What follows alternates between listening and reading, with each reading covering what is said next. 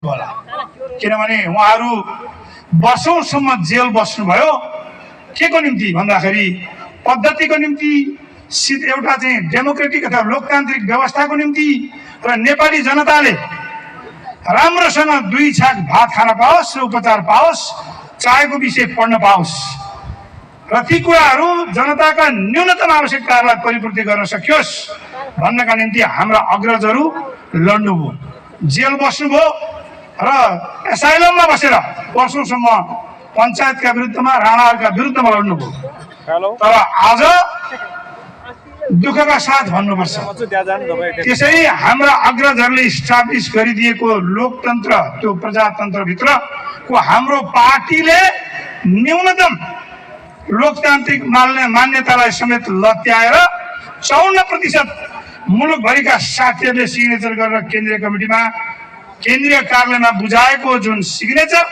र जुन माग थियो त्यसलाई सामान्य एउटा हलमा छलफल गराउने सम्म आँट गर्न सकेन।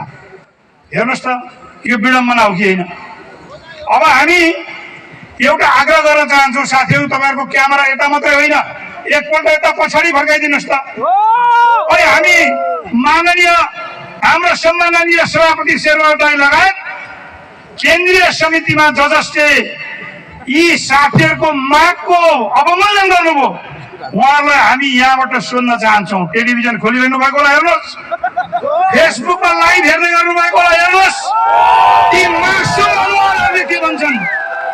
यो पूर्वदेखि पश्चिमसम्म, दार्चुलादेखि ताप्लेजुङसम्म, हुम्लाको सर्केघाटदेखि सोलुखुम्बुसम्मको गाउँबाट आएको एउटा सामान्य क्रियाशीलदेखि लिएर केन्द्रीय नेताहरूसम्म महामन्त्रीहरूसम्मको यो मासुम अनुहारले तपाईँहरूलाई किजिआइरहेको छ कि छैन, हामी यो प्रश्न सोध्न चाहन्छौँ र हामी आग्रह गर्न चाहन्छौँ।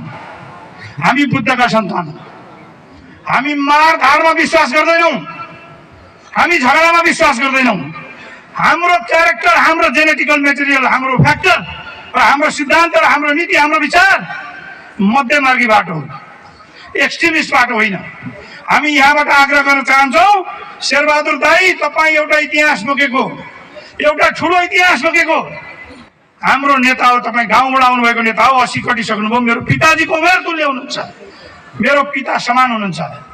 तपाईँलाई अब उमेरका कारणले माथिबाट बोलाइरहेका बेलामा आफ्ना कार्यकर्ताहरू, हिजो जसले तपाईँलाई भोट हाल्यो, हिजो जसले तपाईँलाई सभापति बनायो, हिजो जसले देशभरिबाट मत कलेक्सन गरेर ल्याएर पटक पटक तपाईँहरूलाई सत्तामा पुर्यायो, तपाईँ अब यो कोनिके रोइलो भन्छ नि, मलाई नआएर भने अहिले त भाषा नभन्या, कोनिके रोइलो भने जस्तै त्यो रोइलो छोडेर सडक भोलि बिहान हल उद्घाटन गर्ने बेलामा यो हलमा आउनुहोस्। हामी तपाईँलाई 5 वटा 6 वटा 7 वटा हामी विकल्प दिन सक्छौँ। साथीहरूमा मेरो आग्रह छ, पहिलो विकल्प तपाईँ फेरि चुनाव उठ्नुहुन्छ, आउनुहोस्। तपाईँले हार्नु होला या गगनजीले हार्नु होला या मैले हार्नु होला या विश्वजीले हार्नु होला, तर लोकतन्त्रले जित्छ, प्रजातन्त्रले जित्छ। र तपाईँ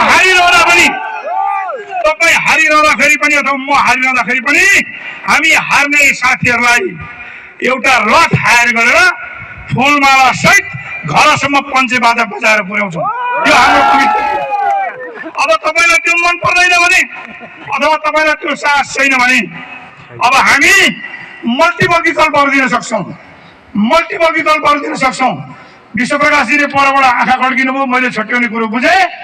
ती 4-5 विकल्प मध्ये पार्टी नफुटाइकन प्रिय नेताहरू, यो पार्टी बनाउन बहुत गाह्रो छ। तपाईँहरू पार्टी बनाउने मान्छेहरू यहाँ हुनुहुन्छ, हामी तपाईँका सिपाहीहरू यहाँ छौँ। पार्टी नफुटाइकन पार्टीलाई एक दिक्का राखेर तपाईँहरूले हामीले ल्याएका सबै विकल्पमा हामी होस्टेलमा हैसे गर्नेछौँ भन्दै विश्वजीको आग्रहलाई मैले आँखाको इसाराबाट बुझेँ। जय नेपाल, धन्यवाद।